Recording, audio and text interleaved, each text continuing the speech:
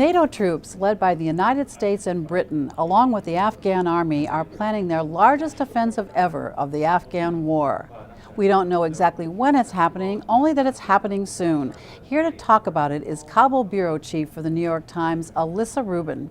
Alyssa, what's the main goal of this offensive? They are trying to remove those Taliban from the area because that's an area they use to plot attacks on both Afghan soldiers, Afghan police, and American and British soldiers and any other coalition troops that are operating there.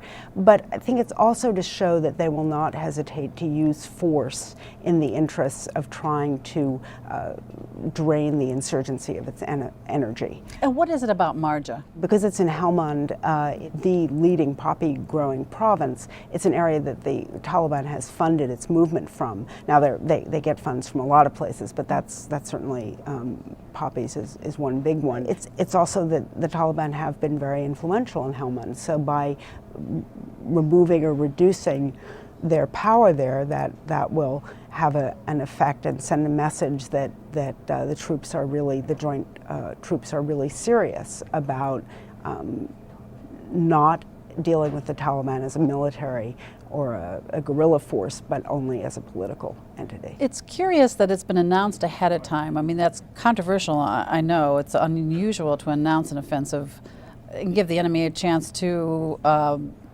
turn themselves in or move elsewhere? I mean, what is the strategy? Well, I think there's several, again, there's more than one goal here. Because the Americans have really been pilloried for civilian casualties, they want to bend over backwards to make sure that civilians can have time to get away if they want to.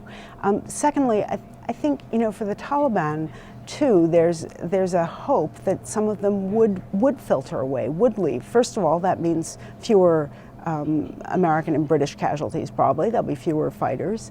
But secondly, it buys a little time for them to think about what they really want their next step to be. There's a very growing discussion about a serious reconciliation program that would allow the Taliban to come back into Afghan society with some support, with some protection. This gives people some time to think about whether they want to move in that direction or not. How important is this area for the rest of what's going on in Afghanistan?